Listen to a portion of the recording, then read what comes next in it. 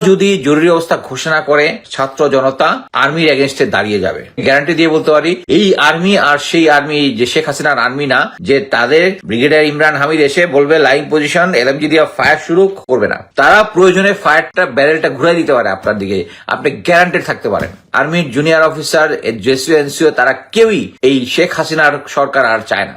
যদি আপনারা কোন একটা কারণে যে এইম নিয়ে আপনারা 9 ডিভিড জিওসি জেনারেল মঈনকে রেখেছেন, ঢাকার ব্রিগেড গুলোকে রেখেছেন যে এটা হচ্ছে মেইন মাসল পাওয়ার, এরা যদি জরুরি অবস্থা ঘোষণা করে জনগণ আর্মির এগেনস্টে দাঁড়িয়ে যাবে। আপনাকে যে যত কিছু বুঝাক বা কোনো কিছু বুঝাক, এখন ইনোসেন্ট ভাবে যে একটা ক্রাইসিস হয়ে গেছে, সেনাবাহিনী পাওয়ার নিয়ে নিছে, জনগণের অধীনে পাওয়ার নিচ্ছেন, এটা ইন্ডিয়া প্রচার করবে, হয়তো বা আমেরিকাও প্রচার করবে, এখন যেহেতু ট্রাম্প আসা সহ ইয়ে আছে। কিন্তু মনে রাখবেন দেশের জনগণ এই সিচুয়েশনে 1,500-এর উপরে জীবন দিয়ে মানুষ আর বসে থাকবে না, মানুষ রাস্তায় নেমে যাবে।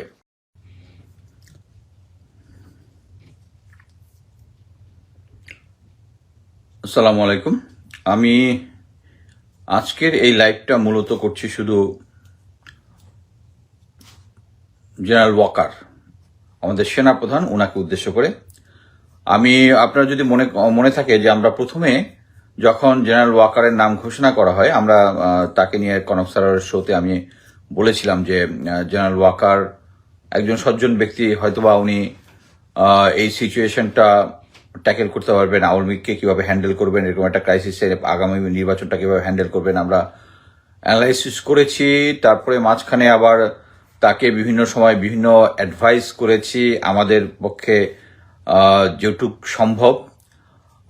পরবর্তীতে আমরা ব্যক্তিগত স্পেশালি আমি একদম প্রথম থেকেই শেষের দিকে উনি যখন দেখছি যে উনি যে সমস্ত অফিসাররা গুম খুন বা অন্যান্য ক্রাইমের সাথে জড়িত তাদের ব্যাপারে উনি কিছুই করছেন না, তখন আমি হার্ডলাইনে বলেছি ওনাকে চেঞ্জ করা ছাড়া কোনো উপায় নেই।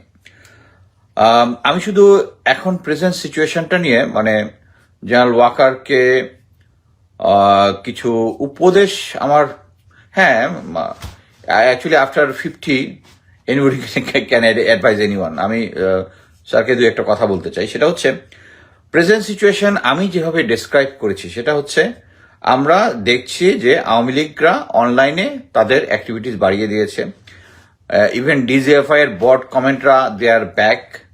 তারপরে আমরা দেখতেছি যে আমাদের প্রেজেন্ট সিচুয়েশনকে যেমন প্রধান উপদেষ্টা ডক্টর ইউনূস কয়েকদিন আগে বিদেশ গেছেন, এর মধ্যেই ট্রাম্পের যখন বিজয় হলো বলো যে ট্রাম্প হওয়ার সাথে নাকি প্রফেসর ইউনূস নাকি বিদেশে পালিয়ে গেছে, এরকম ভারতীয় মেইন স্ট্রিম মিডিয়াতে তারা এমন কিছু প্রচার করতেছে যে তারা একসময় নাকি চিটাং যে হিন্দু অধ্যুষিত চিটাংকে ক্যাপচার করে নিবে, মানে যত ধরনের সিচুয়েশন আছে, এটার মূলত তারা চাচ্ছে একটা আন্তর্জাতিকভাবে এখানে হিন্দুরা নির্যাতিত এটা প্রুভ করার জন্য। এবং পরবর্তীতে পুলিশ এবং অন্যান্য বাহিনী, আইন শৃঙ্খলা বাহিনী ঠিক মতো কাজ করতেছে না, দেশে একটা অ্যানার্কি হবে। মানে আমাদের কাছে যে সমস্ত ইনফরমেশন আমাদের কাছে যেহেতু এর মধ্যে আমরা কেন বলছি, কারণ নাম্বার অফ অ্যাক্টিভিস্ট যারা কাজ করে প্লাস দেশে এবং বিদেশে তাদের সাথে আমার যোগাযোগ আছে, তারা বিভিন্ন সময় আওয়ামী লীগের ভিতরে তাদের ইনফরমেশন আছে। আপনারা অলরেডি দেখেছেন ইলিয়াস হোসেন খুব ফ্যান্টাস্টিক ভাবে তাদের যে 10ই নভেম্বর রিলেটেড যে তাদের একটা সমাবেশ হওয়ার কথা ছিল, এটার ইনফরমেশন কিভাবে লিক করে দিয়েছে। কারণ এখন একটা সবাই বুঝতে হবে যে সবাই বিজয়ীদের দিকেই চলে আসতে চায়। এখন এই মুহূর্তে বিজয়ী কারা? এনটি আওয়ামী লীগরা হচ্ছে বিজয়ী। সো এখন সবাই ইনফরমেশন কিন্তু দিচ্ছে। আগে আমরা তো সেনাবাহিনীর ভিতরে এতটা কথা বলতে পারতাম না, কিন্তু এখন কিন্তু কথা বলতে পারি। আমাদের যারা আমাদের সাথে যারা ক্লোজলি চাকরি করেছেন তাদের কাছে কিন্তু আমরা একদম ফার্স্ট হ্যান্ড ইনফরমেশন পাই। সেই ইনফরমেশন অনুযায়ী এখন যে সিচুয়েশনটা হচ্ছে, জেনারেল ওয়াকার যে কারণে ভারতীয় কানেকশন যে সমস্ত অফিসার আছে, যে সমস্ত সিনিয়র অফিসার, মিড অফিসার আছে, তাদের কে এখনো আইনের আওতায় অথবা নিজের পক্ষে চাকরি থেকে রিটায়ার্ড, ফোর্স রিটায়ার্ড, বহিষ্কৃত কিছুই করতেছেন না। আর এদিকে বাজারে চালু গুজব হচ্ছে যে শেখ হাসিনা ফেরত আসবে। শেখ হাসিনা কিভাবে ফেরত আসবে? এদের মাধ্যমে ফেরত আসবে। আমি নিজেই অ্যানালিসিসটা দিয়েছি যে চুপ্পু যেহেতু সশস্ত্র বাহিনীর প্রধান, তবে একটা ভালো কাজ হয়েছে, সেটা হচ্ছে এই যে একটা অধ্যাদেশের কাজ চলতেছে যেটাতে বলা হচ্ছে, আগে যেটা আমি বলেছিলাম যে চুপ্পু প্রধানমন্ত্রীর সাথে অ্যাডভাইস নিতে পারতো, কিন্তু প্রধান উপদেষ্টা না, এই গ্যাপে আইন মানলে ঠিক আছে, না মানলে, কারণ আপনি যদি দেখেন যে এই গত কয়েকটা নির্বাচন যেটা হয়েছে এটা তো ইয়াতে ছিল, মানে সংবিধান অনুযায়ী তো আমরা ভোট দেওয়ার অধিকার, এটা কিন্তু তারা কেড়ে নিছে, তাই না?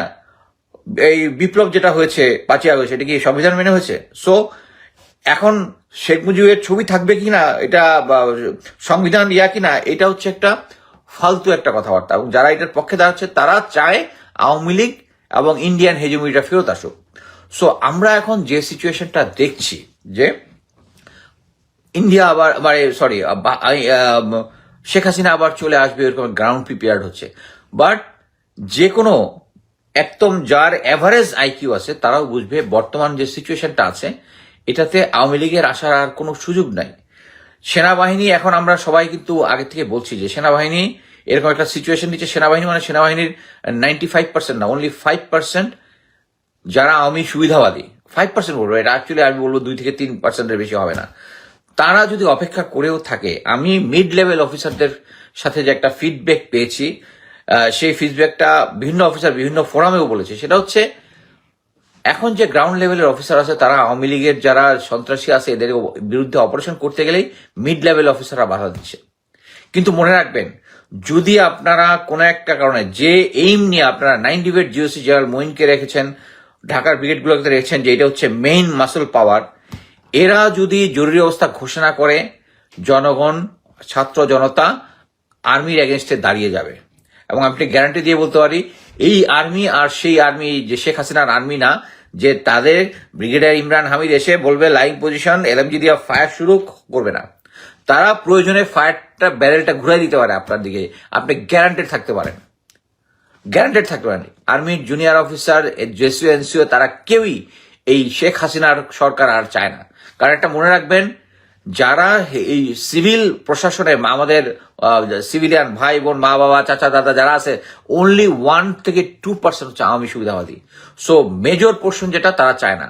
সো আপনি যদি জেনারেল ওয়াকার স্যার আপনাকে বলছি, যদি আপনি যদি প্ল্যান করে থাকেন এরকম একটা সিচুয়েশন হবে, এনআরকি হবে, তারপরে আপনি ক্ষমতা মানে সবাই বলবে যে আর্মি, এটা সেই যুগ না যে যখন বলবে যে আর্মির উপরে সেই ভরসা যে আর্মি ক্ষমতা নিয়ে নিক এই সিচুয়েশনে এনআরকিটা কন্ট্রোল করার জন্য। কারণ আমরা সবাই জানি যে একটা এনআরকি সিচুয়েশন ইন্টেনশনালি তৈরি করা হচ্ছে। এই ইসকন যে চট্টগ্রামে যেটা করেছে, যেটা আনপ্রেসিডেন্টেড, এবং একটা বিদেশি এনজিও এভাবে করতে পারে না। সরকার ইচ্ছা করলেই পারে, গোয়েন্দা সংস্থারা ইচ্ছা করলেই পারে, কিন্তু গোয়েন্দা সংস্থারা সব আপনার কথাবার্তা চলতেছে। আমি শুধু একটা জিনিস বলতে চাই যে আপনারা যদি দেখে থাকেন যে এখন অলরেডি সবাই লাল করা শুরু করে দিয়েছে, তাদের প্রোফাইল লাল করা শুরু করে দিয়েছে ফেসবুকে। দ্যাট মিনস এটা একটা প্রতিবাদের ভাষা, এটা আমরা দেখেছি। এবং এই প্রতিবাদের ভাষায় এখন আমি কিন্তু অনেককে দেখছি যে স্ট্যাটাস দিচ্ছে যে নাহিদ এবং আসিফ যে দুইজন উপদেষ্টা আছে তারা যেন তাদের রেজিগনেশন দিয়ে এই আবার আন্দোলন শুরু করে দেয় গ্রাউন্ডে। এখন শুধু আপনি এটা চিন্তা করেন যে এই দুজন উপদেষ্টা বা আরো যারা আছে তারা যদি এখন একটা ডাক দিয়ে যে তারা যদি পদত্যাগ করে যদি আবার আন্দোলনে দাঁড়িয়ে হয়, আপনারা মিলিটারি এটা কন্ট্রোল করতে পারবেন না। এবং তখন কি হবে, আপনি সহ অন্যান্যরা সবাই ভিলেন হিসাবে ইতিহাসের পাতায় লেখা থাকবে। আমি আবার বলতেছি আপনাদেরকে, আপনি তখন এখন পর্যন্ত যে একটা সুযোগ আছে আপনাকে হিরো হওয়ার, আপনার জন্য এখন সুযোগ, বেশ চান্স হচ্ছে যারা গুম খুন বা অন্যান্য সাথে জড়িত তাদের রক্ষা নাই যে কোনো সিচুয়েশনেই, বাট আপনার রক্ষা আছে। আপনি যদি এখনো সঠিক ডিসিশন নেন, আপনি যদি এখনো এই যারা এই সমস্ত গুম খুন এবং অন্যান্যর সাথে জড়িত তাদেরকে যদি এখনই আউট করেন, still you are a hero. কারণ আপনি এদেরকে রেখে এই এনআরকি সিচুয়েশনটাকে সিভিল অ্যাডমিনিস্ট্রেশন, পুলিশ, এরা যে আইন শৃঙ্খলার যে ডাউন হচ্ছে, এটাকে আপনি মদত দিচ্ছেন, আপনি যদি এখনই এদেরকে ডাউন করে দেন, still you end up as a hero. Simple. এখন আপনি এটা ডিসিশন নেন আপনি কি করবেন। এবং ফাইনালি যেটা হইতে পারে সেটা হচ্ছে যখন পাবলিক আপনাদের এখানে এসে দাঁড়াবে তখন কিন্তু আপনারা কেউই থাকবেন না, এখানে থাকবেন না। আমরা যারা, আমি মনে করি যে এখন অলরেডি দেখতেছি আমরা যে রাওয়া এখন আবার নতুন ভাবে হচ্ছে। আমরা এখনো মনে করতে পারি যে মেজর সিনহার যখন কেসটা হয়েছে, রিটায়ার্ড অফিসাররা যেভাবে স্ট্রং ভাবে দাঁড়িয়েছিল, আমি মনে করি এই রিটায়ার্ড অফিসাররা আবার স্ট্রং ভাবে দাঁড়াবে। কারণ আপনি আপনার কাজ ঠিক মতো করতেছেন না। আপনি বাংলাদেশ সেনাবাহিনীকে যে পর্যায়ে নিয়ে গেছেন, এখন এই পর্যায়ে নিয়ে গেছেন যে তারা তাদের প্রত্যেকের আপনার অনেকগুলো গোয়েন্দা সংস্থা, আপনি জানেন তারা কতটা, মানে কারা কারা কত টাকা ইনকাম করেছে, মানে ইন্টারনেটের মধ্যে ঘুরে বেড়াচ্ছে কে কয়শো কোটি টাকা নিয়েছে। আমি তো একটা তো যেটা আমি একদম গ্যারান্টি দিয়ে বলতেছি সেটা হচ্ছে জেনারেল সাইদুর যে ওই যে হাসির ঝিল প্রজেক্ট যে যিনি করেছেন, উনি 200 কোটি টাকা হোয়াইট করেছেন, 25 কোটি টাকা অতিরিক্ত ট্যাক্স দিয়ে সাদা করেছেন, কারো টাকা সাদা করেছেন। তার মানে এই টাকাটা কোথেকে আসছে? That was a black money with the general. So আপনি বলতে পারবেন না যে that was the only general who earn black money. We know, but still as we all love army, আমরা আর্মির শুধু ওইটুকুই বলতে চাচ্ছি যেটুক করলে আপনাদের হুঁশ ফিরবে যে বাংলাদেশ আর্মির এখন যে পর্যায়ে নিয়ে গেছে এটার জন্য আপনি সিঙ্গেলি দায়ী।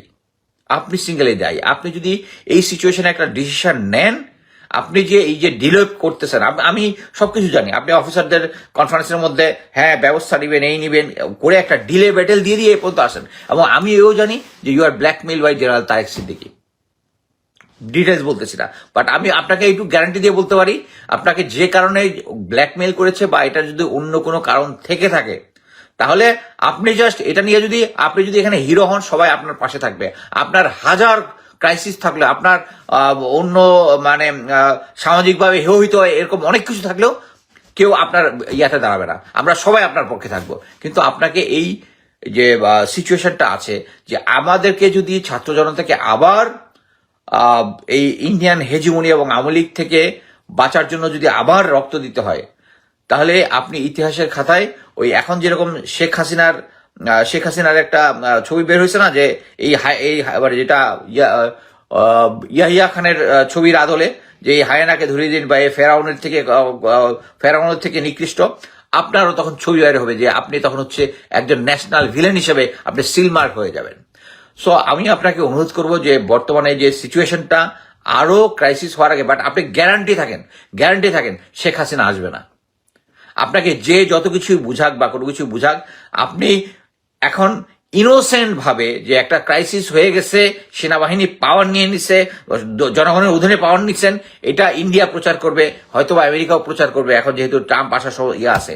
কিন্তু মনে রাখবেন, দেশের জনগণ এই সিচুয়েশনে 1,500-এর উপরে মানে জীবন দিয়ে মানুষ আর বসে থাকবে না, মানুষ রাস্তায় নেমে যাবে, যেটা আপনারা কন্ট্রোল করতে পারবেন না। এবং ভারত যে অপপ্রচারটা চালাচ্ছে, আমার মনে হয় আপনি এই যে সেনাবাহিনী কতদিন থাকবে না এগুলো না বলে ভারতীয় হেজিমনির বিরুদ্ধে যখন ইয়ার সাথে কথা বলেছেন, কিছুদিন আগে ভারতীয় সেনাপ্রধানের সাথে কথা বলেছেন, তখন আপনার উচিত ছিল বলা যে ভারতের যে সমস্ত মিডিয়া এই সমস্ত প্রোপাগান্ডা চালাচ্ছে ওগুলো যেন বন্ধ করেন, তাহলেই আমরা আপনার পাশে থাকবো। সো আমি মনে করি যে দেশ যে একটা অজানা, একটা ভীতিকর একটা গন্তব্যের দিকে যাচ্ছে, এটার চাবি জেনারেল ওয়াকার কাছে এখন পর্যন্ত। বাট একটা টাইম যখন হয়ে যাবে, উনি যদি এটা না মানেন, তাহলে একসময় এটা চলে যাবে ছাত্র জনতার হাতে এগেন, তখন আপনার ন্যাশনাল ভিলেন হিসেবে এবং সেনাবাহিনীকে একটা কঠিন সিচুয়েশন আপনারা তৈরি করবেন। মনে করেন ছাত্র জনতা যদি আবার আপনাদেরকে ঘেরাও দেয় তখন এই আর্মি আমাদের ছাত্র জনতাকে গুলি করবে না, এটুকু মনে রাখবেন। সো আমি আশা করি জেনারেল ওয়াকার চিন্তা ভাবনা করে দেখবেন। আপনি সেনাবাহিনীর রণকৌশল বিষয়ে উচ্চতর জ্ঞান আছে আপনার, যেটার মধ্যে হচ্ছে অ্যানালিটিক্যাল, শত্রুর অবস্থান, শত্রুর পাওয়ার, ভূমি, অন্যান্য জিনিস ক্যালকুলেশন করে আপনি একটা সঠিক ডিসিশন নিতে পারেন। Are you have a war council, আপনার জেনারেলদের একটা কাউন্সিল, যে সমস্ত বিশ্বস্ত জেনারেল আপনাদের আছে তাদের সাথে কথা বলেন, যারা এগুলোর সাথে জড়িত না, তারা চোখ বন্ধ করে দেখতে পারবে। আপনারা একটা জিনিস মনে রাখবেন যে এখন কিন্তু সেনাবাহিনীর ভিতরে অনেকেই আমাদের সাথে কথা বলে। আপনি যদিও একটা মানে খোঁজার চেষ্টা করতেছেন কারাকে কথা বলে, কিন্তু একটা জিনিস বুঝবেন যে this is an extra ordinary situation. That means এরকম একটা সিচুয়েশন যেখানে সেনাবাহিনীর আমরা সবাই দেখেছি যে ব্রিগেডিয়ার জেনারেল এক্সটর্শনের জন্য বাইরে যায়, তার সাথে আপনারা এর সাথে 4 জন অফিসারকে জেল দিয়েছেন, that's a very good decision. কিন্তু আপনারা যে সমস্ত গুম খুন করেছেন ওগুলোর জন্য বিষয়ে কিন্তু কিছু করতেছেন না। এবং একটা জিনিস মনে রাখেন, আমি যেটুকু খবর পেয়েছি, গুম খুনের যে commission, they are working very fine, এবং তারা সার্ভিং অফিসার কারা কারা আছে এদেরকেও নিয়েও তারা কাজ করতেছে, এবং তারা সেনাবাহিনীর কাছে এগুলোর অ্যাকাউন্ট চাবে কিছুদিনের মধ্যেই। এগুলো চাওয়ার আগেই জেনারেল ওয়াকার প্লিজ আপনি ব্যবস্থা নেন। ধন্যবাদ।